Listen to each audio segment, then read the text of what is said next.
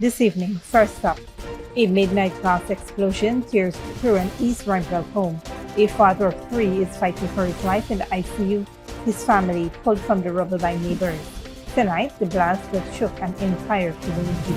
Then, she left an abusive relationship, and he came back with a gun. A young hairdresser and mother of two is hospitalised after being shot by her ex-partner in Berbice. Tonight, her attacker is still out there, plus a mother charged with murder. Sarah Shivpersaud stands before a New Amsterdam court accused of killing her 7-year-old daughter, Isabella. Remanded until May, a psychiatric report in hand, and a nation still searching for answers. Meanwhile, the search is over. GDF Special Forces have found the wreckage of the missing Cessna deep in Guyana's interior and recovered the body of Captain Ryder Castillo. Tonight, the end of a desperate search and the beginning of hard questions. And America drops a blockade on Iran. Starting Monday, the U.S. Navy will stop every ship from every nation passing through the Strait of Hormuz, bound to or from Iran. Tonight, the move that could shake the entire global economy. Those stories and more coming up. Stay with us.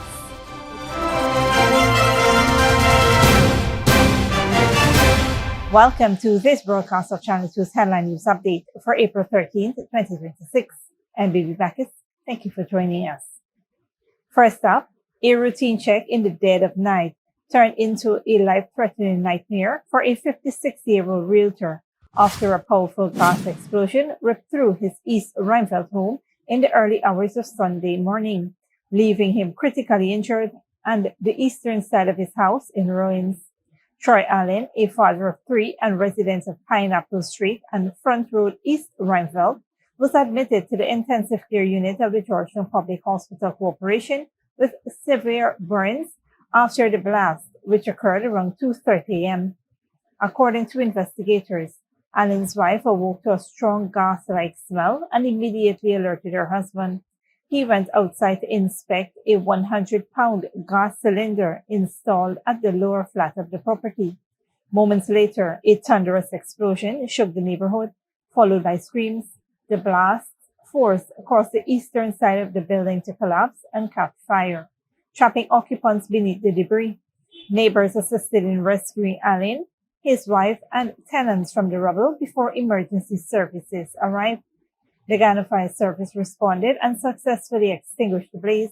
Police ranks subsequently processed the scene, and CCTV footage from surrounding areas expected to be reviewed as part of the ongoing investigation. Allen's condition remains critical. As Troy Allen fights for his life in the ICU, investigators are piecing together what triggered the blast and how a tragedy of this magnitude could have been prevented. A young mother and businesswoman is recovering tonight after her ex-partner allegedly shot and assaulted her in East Berbice. Dale Jarvis has that tragic story. Behind the statistics of domestic violence is a mother of two, a business owner and a survivor, and tonight her attacker remains free. Police are on the hunt for a 28-year-old man accused of shooting and assaulting his ex-partner during a violent attack at Islington Village, East Berbice, on Saturday afternoon, leaving the young hairdresser hospitalized and in a stable condition. Police say the incident occurred around 5 p.m. and involved the self-employed woman, identified as 27-year-old Vasanti Gordon, and a 28-year-old man with whom she recently ended a relationship. Investigations revealed that Gordon was seated in her motor car when the suspect approached armed with a handgun, discharged several rounds in her direction, and struck her on the head with the weapon. Gordon, a mother of two and owner of Kylie's Makeup Studio and Spa, sustained suspected gunshot injuries to her right leg and thigh. She was rushed to the New Amsterdam Regional Hospital, where she remains in stable condition after receiving medical treatment. Family members report that she is showing signs of recovery. A spent shell was recovered from her vehicle as part of the ongoing investigation. The suspect remains at large as police continue their search and probe into the shooting. Reporting for Headline News Update, Dale Jarvis. Thanks, Dale. A 26-year-old woman has been remanded to prison after being charged with the murder of her 7-year-old daughter in a case that has sent shockwaves across the entire nation. Sarah Elizabeth Shivpersaud appeared before the New Amsterdam Magistrates Court earlier today, where she was charged with the killing of her daughter Isabella at their Firish home earlier this month. She was not required to enter a plea to the indictable charge and was remanded until May 12th, when the matter will continue at the Albion Magistrates Court. Police alleged that Shivpersaud suffocated the child on April 5th. A post-mortem examination later confirmed that Isabella died as a result of manual strangulation. Reports further indicate that the woman also attempted to harm her infant son and later tried to take her own life. In court, prosecutors disclosed that a psychiatric evaluation found Shivpersaud fit to stand trial. The court has since requested a copy of the report as part of the proceedings. Investigations into the matter are ongoing. A little girl is gone, a family is shattered, and the nation is left searching for answers. As the courts deliberate and investigators press on, the tragedy of Isabella Dabadile forces an uncomfortable question. How many warning signs go unnoticed until it is too late?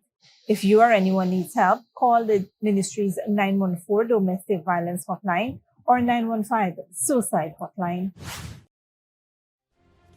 Stick around when we return. Police report filed as BPay prepaid card scheme faces fraud allegations, and nationwide cleanup sees massive turnout, tons of waste removed.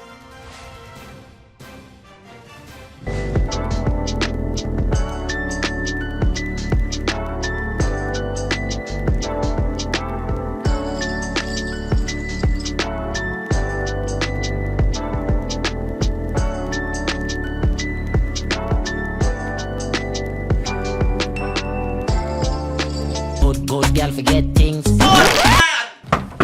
What's the problem, Granny? I want money for borrow for those surgery. I was dancing and I fall and fracture my hip. If you need some quick money, you should check Lender's Jewelry and Pawn Shop. Lender's Jewelry and Pawn Shop, Lot 238 South Road Border, Georgetown. Get jewelry made to order in just 72 hours. We also accept vehicles. Lender's, best rates, longest payback period. Boys, I get through. Plus, I could dance again. Lender's Jewelry and Pawn Shop.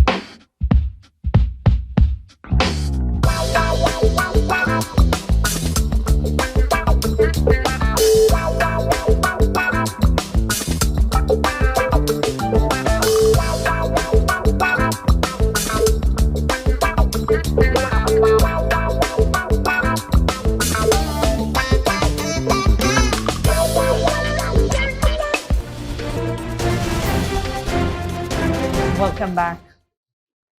A grim discovery deep within Guyana's dense interior has confirmed the worst fear, as search teams located the wreckage of a missing aircraft and recovered the body of its lone pilot.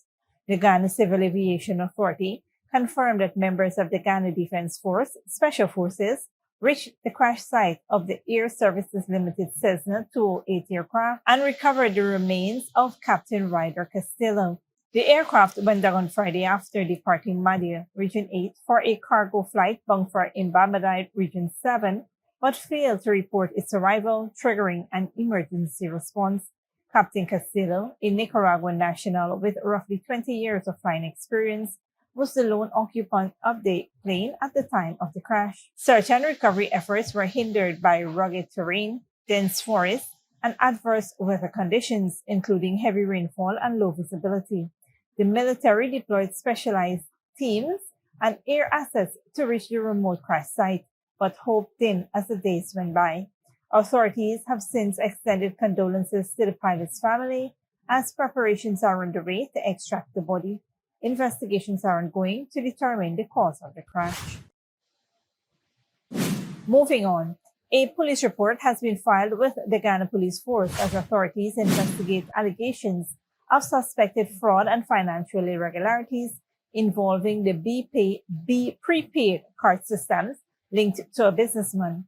The report, lodged at the Breakdown Police Station by an affected customer, claims that substantial sums of money deposited onto accounts remain visible on the platform but could not be withdrawn despite repeated attempts. It is further alleged that the communications with the company has since ceased, with indications that operations may have stopped.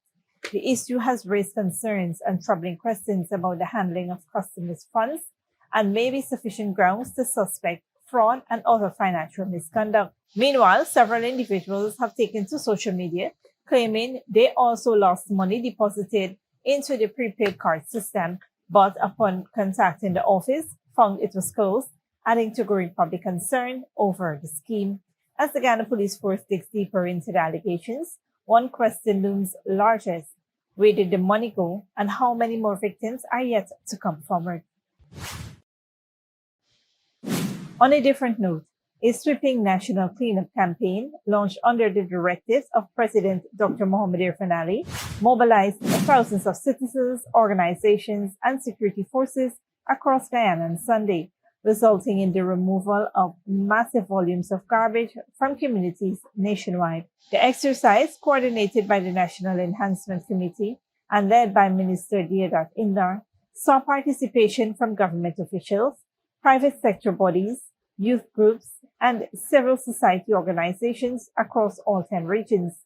Waste collected during the initiative was transported to landfills, reflecting what officials described as a strong display of national unity and civic pride. Members of the cabinet, including the Prime Minister, were actively involved on the ground, overseeing operations across various areas and reinforcing the government's commitment to environmental protection. Take pride in the cleanliness of your country. We go elsewhere and we conform to the laws. Right here in Guyana, I will appeal to Guyanese to not be tardy about their cleanliness. Just focus on everything else, but also ensuring that you don't litter. This unhappy behavior that we've developed, we just bought some chicken or we just drank some kind of beverage, and when we finish with it, we dispose of it through the window and along the parapets and so on. It really has to change. Key support came from a wide cross-section of stakeholders, including the Guyana Defense Force, the Guyana Police Force, and the Guyana Fire Service, as well as private companies, religious bodies, and community groups. Their contributions range from workforce to equipment and logistical support. Minister Indar lauded the collective effort, noting that the scale of waste removed in the single day underscored what could be achieved through national cooperation. The community says the initiative sets the stage for sustained efforts towards a cleaner environment and urges citizens to maintain the momentum in their communities. Don't go away after the break. Hungary election shock. Peter Magyar defeats Viktor Orbán after 16 years in power, and at least 33 dead in stampede at Haitian tourist site.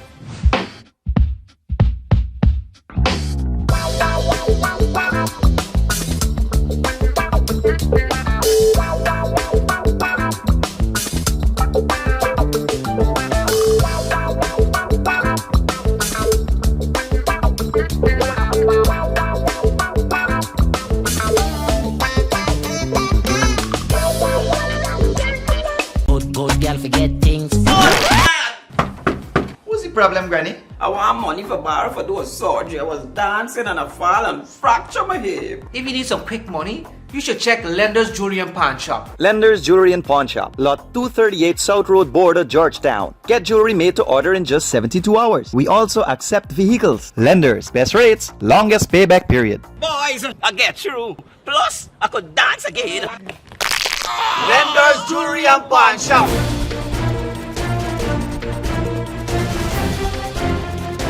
Welcome back. Now we take a look at what's happening in the region and around the world.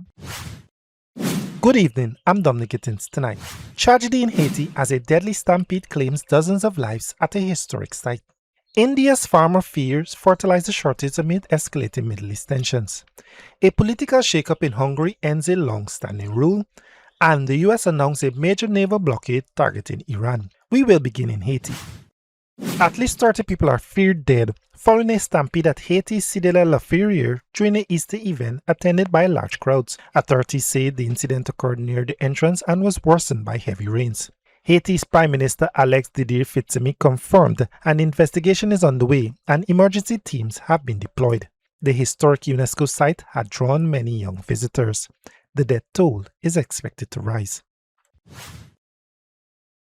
Farmers in India fear the US-Israeli war on Iran will lead to a shortage of fertilizer. India is the world's second largest consumer, using more than 60 million tons of fertilizer a year in 2025. Al Jazeera's Manel Fernandez reports. Harvesting is in full swing across India's agricultural heartland. Despite some problems, subsidies have largely shielded farmers from higher fuel prices. But Gurcharan Singh is worried about fertilizer for the next planting season, which begins in June. The 38-year-old works on about 50 hectares of land in Punjab. He told Al Jazeera that fears of shortages have spurred panic buying and hoarding. When we go to purchase fertilizer, it is not available, and we are told that supplies will come in 15 to 20 days. And in rare cases, when some trader has it, they tell us to buy a bunch of extra things, and only then do they sell it to us. Other farmers we spoke to say they are facing similar problems. And trader Ashok Gupta, who sells agricultural products here in Kanna Market, Asia's largest grain exchange, agrees. This is an artificial shortage. Government is providing the fertilizers as per the norms. It is because the farmers are stocking up out of panic. To cushion the impact of price increases caused by the Iran war, the government has increased fertilizer subsidies. But it seems to have done little to allay fears of food shortages. Anita is a migrant worker from Bihar. She says things can't get much worse. All the essentials have become so expensive. We're not able to get cooking gas. Everything has become expensive. What do you do with $3 a day? Analysts say supply chains must stabilize by mid-April. Otherwise, the next planting season will be affected. Mina Fernandez, Al Jazeera. A historic political shift in Hungary as opposition leader Peter Magyar secured a landslide victory, ending Viktor Orban's 16-year rule. Al Jazeera's Steph Vassant reports. An outburst of joy on the streets of Budapest after Viktor Orban conceded. Tens of thousands of people had gathered in the city center to welcome their new leader. Never before has Hungary seen such a large election turnout. Hungarians today said no to deception, to lies, to misdirection, and said no to betrayal. Dear friends, 2 years ago, a few people set out, and in the end, in the battle of David and Goliath, love triumphed, because in the end, love always triumphs. Magyar's party is projected to win more than 2/3 of the seats in parliament, enough to make constitutional changes. After his 16 years long grip on Hungary, Orban's era is over. Dear friends, the election result is not final yet, but it's understandable and clear. The election result is painful for us, but clear. The responsibility and possibility of governing was not given to us. I have congratulated the winner.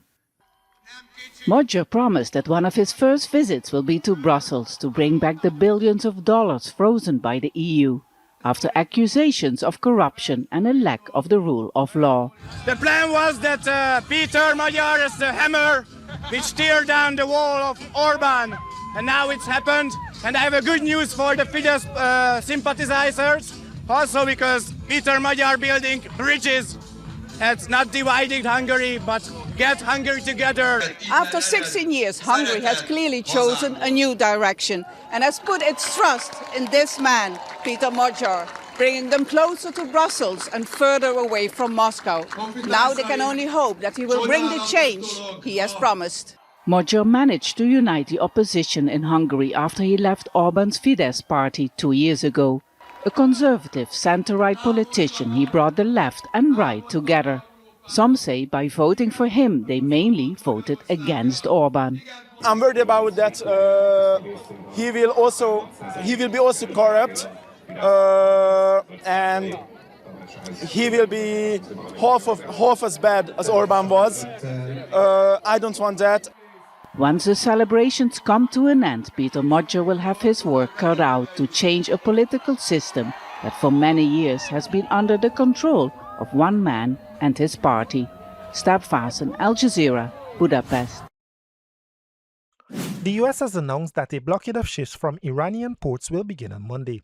The US Military Central Command says the Navy will stop all vessels from any nation from passing through the Strait of Hormuz if they are traveling to or from Iran. Al Jazeera's Heidi Castro reports. After U.S.-Iranian talks in Islamabad failed to produce a deal on any of Washington's demands, the Trump administration decided to escalate the crisis once again. We have a blockade going into effect. That'll be 10 o'clock tomorrow. Other nations are working so that Iran will not be able to sell oil, and that will be very effective. Announcing a U.S. naval blockade of the Strait of Hormuz, first described by President Trump as targeting any and all ships trying to enter or leave the strait, and later defined by U.S. Central Command as only impacting vessels destined to or from Iranian ports. Iran has refused to reopen Hormuz to international shipping until there is a final peace deal, choking off 20% of the world's supply of crude oil.